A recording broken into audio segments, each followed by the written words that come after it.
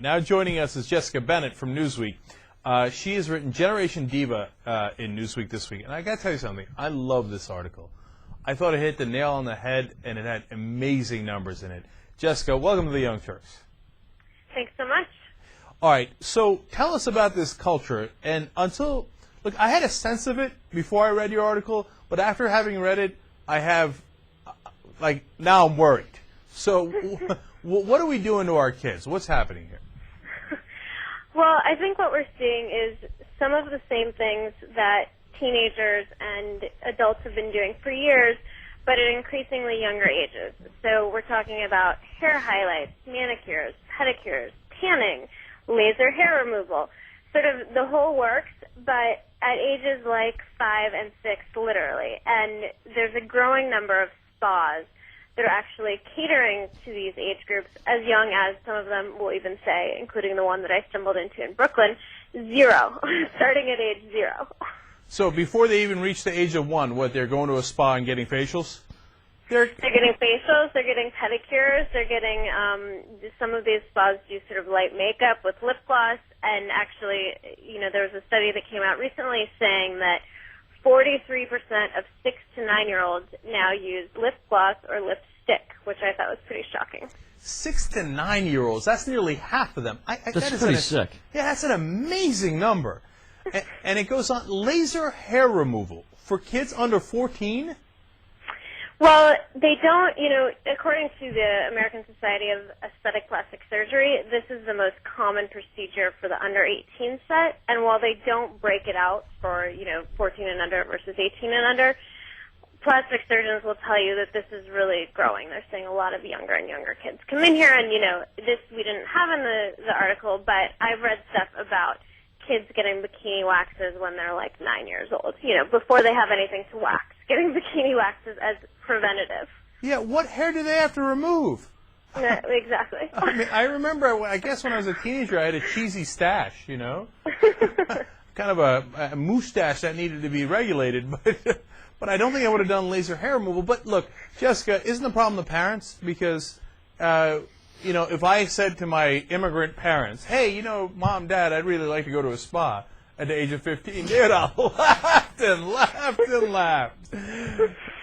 Well, yes, to some extent, kids mimic what their parents do. And so if mommy is going and getting all these treatments done and getting Botox and some of the more extreme treatments, then daughter's going to want to do that too. But I think a lot of it is sort of a shifting culture as well. They're not just seeing this from parents. They're seeing this all over the television. They're seeing this in fashion magazines. They're seeing it on billboards, in advertisements. And it's sort of like you watch these celebrity shows, and Demi Moore is like the new mom now. And I think she's in her 50s. I know that my mom did not look like Demi Moore. And so I think that to some extent, moms are becoming almost sexually competitive with their kids. And it sort of sets this whole weird precedent that, the culture mimics, and it sort of starts this spiral. Nearly 14% of Botox injections are given to the 19 to 34 age group. Botox, isn't Botox supposed to be to pull your face together when you're older? Well, you would think so, but a lot of plastic surgeons say that these younger age groups are coming in and getting it as preventative. So before they ever have a wrinkle on their face, they're saying, well, I want to make, let's freeze this up to make sure I don't get any. Yeah, I've got 2 small kids, and Nickelodeon or some other Cartoon Network or something's on in our house. And I got to say, every time I see a commercial for the Bratz dolls, I'm like, oh, look, it's the Sluts dolls.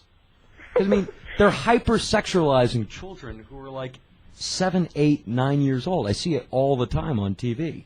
Or they have I don't know what it's called, like a That's What I Call Music type of thing, except it's all sung by kids, like videos to it, where you see a bunch of 10, 11-year-olds in full-on makeup looking like they should be like whores, basically, singing a song. It's disgusting to see it. Yeah, and I think that, people have talked a lot about sort of this over-sexualization of young girls. But in the piece, we talk a little bit about, well, there's kind of also this divaization, if you might call it, where girls are sort of having to buy all of these products to look a certain way. And that's being reinforced within the culture as well. You know, all of these shows on reality television, I want a famous face, make me a new body, make me a new house. It's all sort of telling kids over and over and over again that everything is something to be upgraded or changed or remade, and that this body and this look that they're given, sort of what was once considered a biological gift, is no longer a gift. It's something to just be sort of upgraded and changed and improved. Jessica, do you think that this country should maybe ban advertising to children under the age of 13 like some European countries do?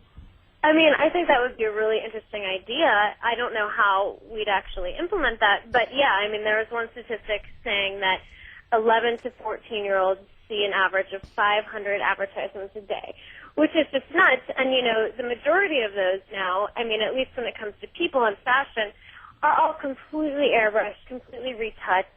It's not real people, but then, of course, when you're 6 years old, you don't know that, so you're comparing yourself to these women who are literally like alien models with no blemishes and no fat and no wrinkles, and they're just sort of perfect. Yeah, and look, obviously the profit motive drives a lot of this, Jessica. In your piece, you say here 8 to 12-year-olds in this country already spend more than $40 million a month on beauty products, and teens spend another $100 million, according to this NPD group. Isn't that what's driving a lot of this? If there's money to be made, that they're going to tell the 8 to 12-year-olds, oh, no, you really need lipstick and makeup and a tan and all that stuff?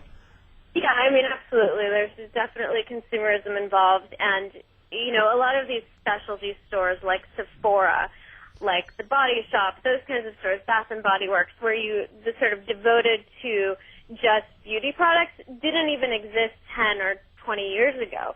So there's this sort of whole new market of just these specialty stores that are catering to kids at such young ages. I went into Sephora recently, and they had a whole Barbie line. I think it was from a brand called Stila. But so a Barbie line, I mean, that's obviously catered to, like, 6-year-olds. Yeah. Jessica, finally, you know, here's another amazing stat from this article, and you can find this at Newsweek.com, of course, on the newsstands, and on the YoungTurks.com we have a link up to it as well. The average girl who is now 10 years old, by the time she gets to 50, is going to spend nearly $300,000 on just her hair and face. Is that tenable? Do we all have that kind of money? I mean, it's a pretty staggering figure, and you would think that, especially in this economy, people aren't forking that kind of money out, but they are, in fact, and what some people call the lipstick index, which is that you sort of spend more money on these little products to make yourself look better, is actually up. So cosmetic sales over the last year are up between 1% and 40%.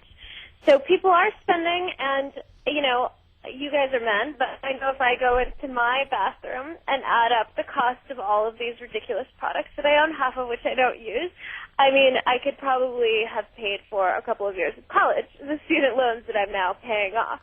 And you know, we figured out a lifetime figure for how much you'll spend on beauty, and it's something like $450,000 over a lifetime. And that's not including some of the more extreme measures like Botox, like the cosmetic surgery procedures. Right, that does not include... pretty outrageous.